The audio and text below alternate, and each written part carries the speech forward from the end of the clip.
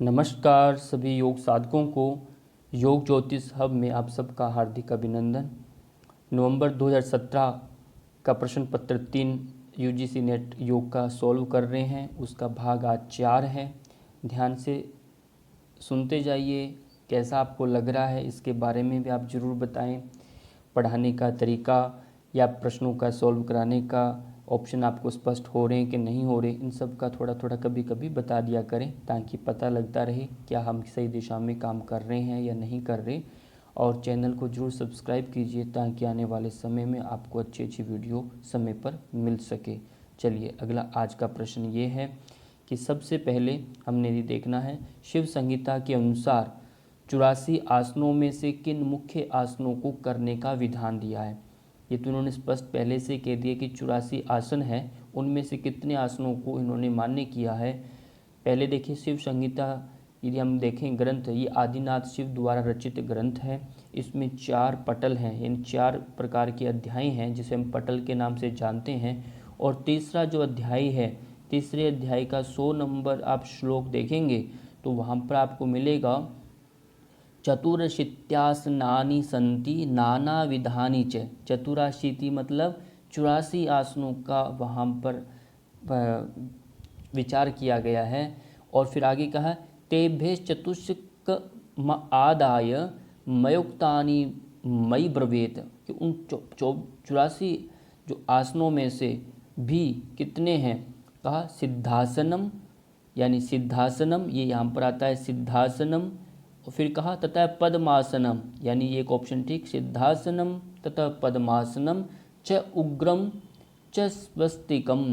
च उग्र यानी उग्रासन और स्वस्तिकम ये वाला।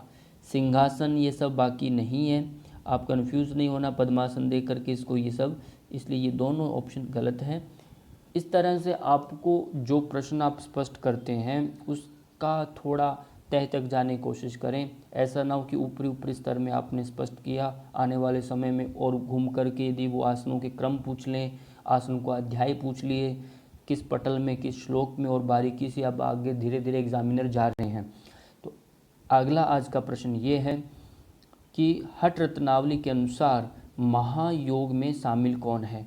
हठ रत्नावली श्रीनिवास योगी जी द्वारा ग्रंथ रचित ग्रंथ है ये, और इसके अंदर भी 4 अध्याय हैं। और वो 4 अध्याय जो हैं वो आप देखिए, वहाँ पर उन्होंने कहा कि ये पहला देखिए ऑप्शन मंत्र योग लय योग है, कर्म योग और हठ योग है। क्या मंत्र और लय योग तो है, ये स्पष्ट है बिल्कुल।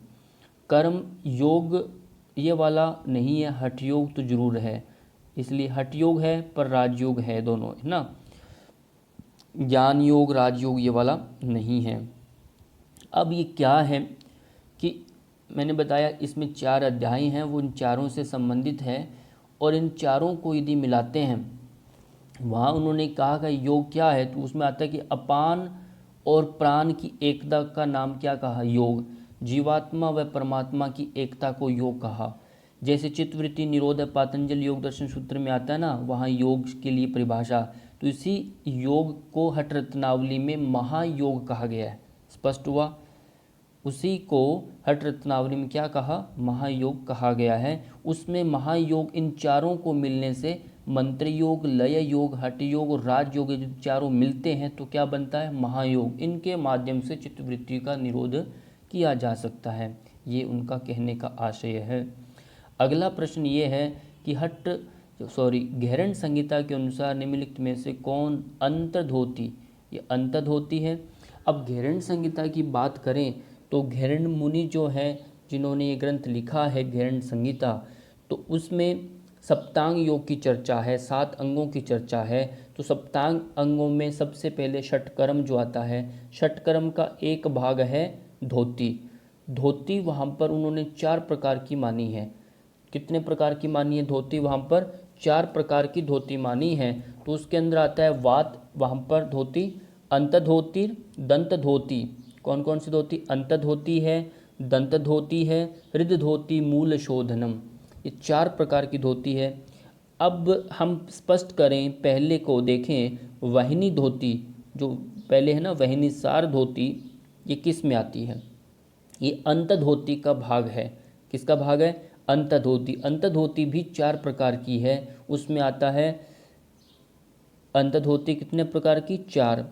थोड़ा उससे पहले एक बार ये जान ले, प्रथम अध्याय के 14 नंबर का आप श्लोक देखेंगे, वहाँ इसकी अंतर्धोती के प्रकारों के बारे में बताया गया है। यहाँ प्रश्न यही है कि अंतर्धोती के कौन से प्रकार हैं।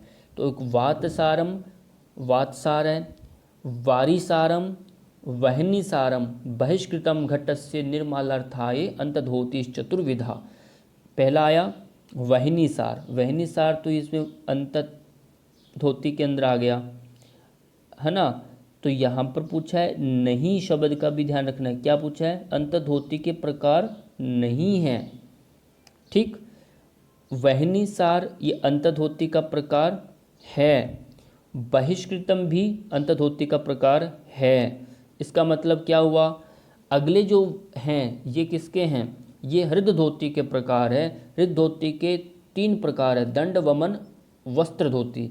वहाँ पर दंड धोती है, वमन धोती है। इसका मतलब ये है कि ये जो प्रश्न है दंड और वमन, ये सही उत्तर हैं। और यहाँ पर नहीं की दृष्टि से देखें तो वहनिसार धोती और बहिष्कृत धोती, ये यहाँ पर ऑप्शन हमारे गलत दिखाने पड़ेंगे। ये अंतर्धोती के प्रकार नहीं हैं, ठीक है। और इसलिए प्रश्न उत्तर यहाँ उल्टा होता है, वो दिखाना है। ये सही है क्योंकि ऊपर वाले प्रकार हैं। अगला प्रश्न ये है कि शरीर की कौन सी ग्रंथियाँ बहिस्रावी ग्रंथियाँ हैं। अब शरीर की जो ग्रंथियाँ हैं तो इसमें पीयूष ग्रंथि है, यकृत ग्रंथि है, लार ग्रंथि है, थायराइड ग्रंथि है। आपको ग्रंथियों के नाम भी याद रखने हैं। पीयूष पहली जो अपनी ग्रंथि है पिट्यूटरी ग्लैंड जो है, तो पीयूष ग्रंथि जो है ये हमारी बहिस्रावी ग्रंथि नहीं है, एक बात। दूसरा, यकृत जो है ये बहिस्रावी ग्रंथि है, इसलिए क्योंकि यकृत बहिस्रावी भी है और अंतःस्रावी भी है। इसको मिश्रित ग्रंथि कहते हैं, इसलिए ये बहिस्रावी में काउंट करेंगे। लार ग्रंथि जो है बहिस्रावी है, थायराइड वाला नहीं है। लार ग्रंथि जो है ये केवल जितने भी स्तनधारी जीव होते हैं उन सब में ये लार ग्रंथि पाई जाती है, एक बात। एक पाचन एंजाइम जो है अल्फा अमाइलेज हमारे भोजन में मौजूद स्टार्च जो होता है को ग्लूकोज में और माल्टोज जैसे सरल बनाने में काम करता है। ऐसे लार जो होती है ना, वो हमारे भोजन के स्टार्च को ग्लूकोज और माल्टोज जैसे सरल बनाने में कार्य करता है। और इससे एक टाइलिन नामक का एंजाइम इससे निकलता है। कौन सा नामक है? टाइलिन। ये भी प्रश्न आ जाता है। अगला प्रश्न है ये निम्नलिखित में से श्वसन तंत्र के बारे में आपको बताना है। श्वसन तंत्र क्या है? श्वसन तंत्र का यदि हम क्रम देखें तो पहले श्वसन कहाँ से शुरू होता है, उसको एक रिस्पिरेटरी जो ट्रैक, श्वसन का पथ जो है, रास्ता जो है, वो एक बार समझिए। पहला जो है नाक, नासिका के मार्ग से, नोज़ के थ्रू ये हमारे अंदर प्रवेश करता है श्वास। फिर ग्रसनी के अंदर यानी आपके ग्रसनी में चला जाता है। फिर वहाँ पर स्वर यंत्र में आता है, ट्रेकिया वाला सिस्टम जो स्वर तंत्र, वहाँ से स्वर तंत्र में आएगा। फिर श्वास प्रणाल यानी ट्रेकिया, फिर उस लाइन में आएगा। फिर श्वास नली या श्वसनी जिसको हमें ब्रोंचस बोलते हैं उसमें आएगा। फिर श्वसनिकाएँ यानी ब्रोंचाइलस जो है तो उसमें श्वसनिकाएँ उसी में आ जाएगा। फिर वायुकोश यानी अल्वियोल जो उसमें आता है, अल्वेओल जो है तो अल्वोइल में आएगा, यानी वायुकोश जो बोलते हैं उनमें आएगा। वायुकोश से आएगा फुफ्फुस में, लंग्स में आ जाएगा। तो यहाँ हम देखें श्वसन तंत्र के कार्य, श्वसन वातन जो लिखा है, पहला वेंटिलेशन ये वाला पार्ट है ना, वेंटिलेशन होता है, श्वास आता है जाता है, एक खिड़की की तरह यहाँ काम करता है, आना जाना। फिर दूसरा ग्रहण यानी सांस लेने में, ग्रहण वाला ना, नाक के थ्रू श्वास लिया भी जाता है। फिर ध्वनि उत्पन्न करता है, श्वास आने जाने की एक ध्वनि होती है, ये इसका गुण भी है श्वास का कि ध्वनि उत्पन्न करता है, शब्द ये देता है, शब्द के साथ साथ ये यहाँ पर। और दृष्टि इसमें नहीं है, ये रॉन्ग है। इसका मतलब स्वांतन जो है वेंटिलेशन है, ग्रहण प्रक्रिया है, ध्वनि उत्पन्न करने श्वास तंत्र के कार्यों में आते हैं। अगला प्रश्न आज का वही है, पित्त प्रकृति वाले व्यक्तियों के लिए आहार के निम्नलिखित में से कौन से प्रकार लाभदायक है? यहाँ ध्यान रखना है, पित्त प्रकृति के बारे में पूछा है और लाभदायक पूछा है। 3 प्रकार की जो प्रकृतियाँ व्यक्ति की रहती हैं, जो वात है, पित्त और कफ है, ठीक, आयुर्वेद के अनुसार ये 3 प्रकार के दोष हैं, त्रिदोष के इनका नाम हम जानते हैं। और दूसरा, अब पित्त प्रकृति वालों के लिए बारे में बताना है। पित्त प्रकृति को देखें तो इसमें यदि हम रसों के आधार पर देखें तो यहाँ पर तो केवल और केवल 3 प्रकार के रस दिए, कटु और मधुर और अम्ल रस है। शीत नामक का कोई ये रस नहीं है, इस बात का ध्यान रखना है। शीत क्या है? रस नहीं है। रसों के बात में ध्यान करें तो जो पित्त प्रकृति के लिए रस जो है वह एक मधुर है। यहाँ जो मधुर है ये पित्त प्रकृति वालों के लिए अच्छा है। तिक्त है वो इसमें नहीं है, कषाय इसमें नहीं है। इसका मतलब अम्ल और कटु ये दोनों गलत हो गए। स्पष्ट हुआ? 3 ही प्रकार के रस हैं जो पित्त प्रकृति के लिए अच्छे हैं। वह कौन सा? मधुर, तिक्त, कषाय। पर मधुर यहाँ पर एक ऑप्शन है, ठीक। दूसरा है शीत, क्योंकि पित्त जो है वह उष्ण प्रकृति का है, गर्म प्रकृति का, इसलिए शीत प्रकृति के जो भोजन हम उसको दें तो वो प्रकृति को लाभदायक रहेगा। स्पष्ट हुआ? मधुर और शीत 2 प्रकार के आपके प्रश्न हुए। उत्तर। अगला प्रश्न है, किसके अंतर्गत स्त्यान, संशय, अविरति, भ्रांति दर्शन को सम्मिलित किया जाता है? ये हमने बताना है। यहाँ दिए हैं, ये पातंजल योग दर्शन सूत्र से संबंधित प्रश्न है और ये प्रथम पाद यानी आपका समाधि पाद का 30 नंबर का सूत्र देखेंगे तो वहाँ आता है, व्याधि, स्त्यान, संशय, प्रमाद, आलस्य, विरति, भ्रांति दर्शन लब्ध भूमिक्तवान अनवस्थितवान चित्त विक्षेपास्ते अंतरायाः। ये एक सूत्र है जिसमें 9 प्रकार के अंतराय यानी चित्त के विक्षेप बताए हैं, बाधक बताए हैं, जो उसमें विघ्न के रूप में आते हैं। और वो क्या है? अंतराय के रूप में ये अंतराय हैं। अंतराय मतलब विघ्न, रुकावटें। और चित्त विक्षेप हैं ये, इनको चित्त विक्षेप भी कहा। वहाँ लास्ट में आया ना, चित्त विक्षेपास्ते अंतरायाः। ये चित्त विक्षेप भी है और अंतराय भी हैं। सहभुव और उपविक्षेप ये नहीं है। इस बात का क्यों? क्योंकि अंतराय हैं 9 प्रमुख और उसमें उपविक्षेप भी पतंजलि ने माने, जिसके अंदर आता है, क्या आता है? दुख, दौर, मनस्य, अंगमेजत्व, श्वास और प्रश्वास, विक्षेप, सहभुव है। वहाँ पर ये उपविक्षेप को सहभुव की संज्ञा दी और उसमें 5 प्रकार के उपविक्षेप बताए, पर 9 प्रकार के अंतराय हैं जिसमें ये सब आते हैं। इस प्रश्न को अच्छे से स्पष्ट रखिएगा। अगला प्रश्न ये है, आयुर्वेद के ग्रंथों में अनुसार बीमारियों के मुख्य प्रकार बताने हैं, कितने कारण हो सकते हैं आयुर्वेद के अनुसार? हम देखें तो पहले ये प्रश्न आया है, उसमें अलग तरीके से पूछा था, पर बीमारियों के आयुर्वेद में प्रमुख कारण जो है वो 3 प्रकार के माने गए हैं। जिसमें 3 प्रकार के कारण माने गए हैं, उसके अंदर सबसे पहले प्रज्ञापराध आता है, असातम्येंद्रियार्थ संयोग आता है, परिणाम आता है। पर यहाँ पर प्रश्न थोड़ा अलग है। इसमें बीमारियों का कारण एक तो है दोष का असंतुलन। स्पष्ट है, क्योंकि त्रिदोष है, जब अव्यवस्थित होते हैं तो आपका स्वास्थ्य बिगड़ जाता है, ये एक रोग का कारण है। फिर प्रतिरोध क्षमता की हानि, ये है क्या?